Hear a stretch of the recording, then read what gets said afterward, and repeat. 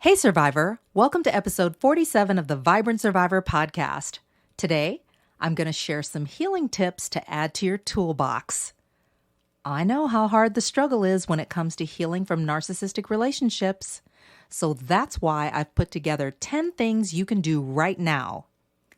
Healing isn't one size fits all. It's a personal journey that's as unique as you are. So if you're ready to do the work, grab a notebook and pen, and let's dig in. Hey Survivor, welcome to the Vibrant Survivor podcast. Do you want to disconnect from a narcissistic or toxic situation and heal? Are you Googling how to identify a narcissist, narcissistic abuse, and boundaries? Are you feeling stressed and lonely while trying to avoid being sucked back in and lied to again? Hey, I'm Leslie. As a busy wife and mom, I fell for the lies and manipulations of narcissists. I wasted my time, talents, and money on users who kept moving the goalposts. I wanted real relationships and business opportunities and to enjoy life with my family. Instead, I struggled with anxiety, panic attacks, and insomnia, and I couldn't trust my body or anybody until I took a holistic approach to healing. In this podcast, you'll find tips for healthy living, trauma healing, and boundaries so that you'll have the freedom, confidence, and inner peace to respond, not react, after narcissistic abuse. Take a deep breath in, let it out slowly, and just relax. This time's for you. The fear is real when it comes to processing your experience. I know you feel stressed and exhausted with a pit in your stomach at the thought of being sucked back in and lied to again. You feel like a horrible person for going no or low contact, like maybe I'm the narcissist. The fear, self-blaming, and shaming is something we all go through as survivors. I want you to understand that you're not alone and you're not crazy. Every person who's ever been in a narcissistic relationship has felt what you're feeling right now. If this resonates with you and you're like, I'm done with fear, I'm done playing small, I know who I am, and I am not the narcissist, I want you to say yes. Today's the day. I want you to go right now to closeyourcoachingsession.com and I want you to book your call because we're going to do this together. I'm going to hold your hand and we're going to overcome this fear so that you can begin a long-lasting journey of healing. Let's do this. Can we talk? I remember when I was really struggling with CPTSD, fear of retaliation, and loneliness after exiting multiple narcissistic relationships in my life in a relatively short period of time. I felt super anxious, like my anxiety was through the roof. I was really angry, and I felt kind of socially awkward. And I'm an extrovert. Can you tell? I had a really hard time finding other people who could relate to my experience, let alone were willing to share their own. I knew I needed to prioritize my health and healthy relationships too. So despite the chaos that the narcissist in my life created, I was able to apply these 10 healing strategies to help me overcome narcissistic abuse. Number 1, go no contact. Cut off communication with the narcissistic or toxic individual. This denies them access to you. It stops the flow of supply, that being your time, energy, attention, money, and other resources. And you can do this by ignoring them. Ignore the phone calls, disregard the text messages, voicemails, block them where and however you can. Delete phone numbers, especially if it's someone that you don't have to be in touch with. You can change your phone number. I had to change my phone number. The incessant calling and text messages and gaslighting and quasi-passive-aggressive threats can sometimes necessitate a change of number. And it's hard and it sucks, especially if a lot of people have your number, especially clients. Even if you cannot go no contact, you can go low contact and limit the narcissistic or toxic individual's access to you. Number 2, have a good cry. Sometimes you just need to have a good cry. And that's okay. Despite what society may tell you that you have to be tough, you have to be strong, you have to get over it and move on. To heal trauma, like really heal on a deeper level, you have to be in your body. You have to allow yourself to know what you know and to feel what you feel. Feeling is healing, and tears are actually stress relieving, even though it may seem scary and it may seem overwhelming. Like, okay, I'm afraid if I start, I'm not going to be able to stop. Just if you can start where you are and go with the flow of tears, then that's good. Set the stage and have a good cry. You can do it in the bathtub. You can do it while you're showering. Let the water wash over you and wash the tears away. You're releasing cortisol and washing it all down the drain. And you will feel better. You can dim the lights or darken the room. Light some candles. Put on some music. And just let yourself let go of that emotion. Number 3, cut your losses. Stop engaging in the relationship or re-engaging in the relationship if the narcissistic or toxic individual is reluctant to let you go, which often happens, before it gets worse. Narcissistic relationships don't evolve or grow or change or improve. A lot of times they just get worse. The abuse gets worse. They heap it on, especially if they feel like you're pulling away. You can total up your time, energy, attention, and money spent on the narcissistic or toxic individual and count the costs.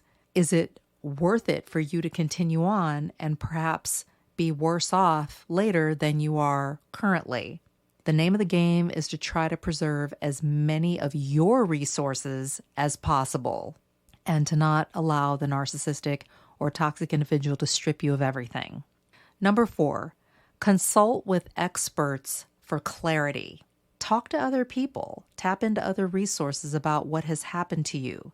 Now, I'm not necessarily talking about rehashing everything that you've been through to the point where you are re-traumatized, but more working with people who are professionals or have specific skills, maybe even connections in a particular area that can be helpful to you and clarify who and what you're dealing with and help you to be able to make decisions about your next steps. They can help you, in fact, to determine your next step or your next best step. No diagnosis is required. If you have CPTSD, that's what it is. You don't have to wait for a diagnosis when your anxiety is through the roof, when you are hypervigilant, hyperventilating. Been there. You can go to therapy. You can seek legal counsel about your situation. You can talk to law enforcement or file a restraining order. People who get it, that's who you want to be talking to, is people who get it, who have resources that can be of help to you in creating space from this toxic person, toxic situation, so that you can figure out what your next best step is. You may be able to do it safely, and if you can, you may possibly talk to another source of supply, especially if the narcissist is not someone that you are tied to romantically, where there's that deeper entanglement that can really get messy, especially when there are other people involved. If it's all platonic and it's like, say, a fake friendship or something of that nature, coworker, if it's something like that where there's some space there, not the same level of obligation or kind of the same fallout potential, you may be able to do that. I've done it. I'm not necessarily recommending it for everyone, but I was able to do it successfully. And in my case, it paid off. Did the dirty work so that you don't have to. Number 5, focus on family and friends, the real ones, that is, who are really in your corner, who really care about you and who really have your back. You want to focus on those that are closest to you, who are trustworthy and true, who have proven themselves to you by showing up for you time after time. There's healing in community and there's strength in numbers. So you may be able to talk to someone close to you and share vulnerably what you're feeling, what you're going through.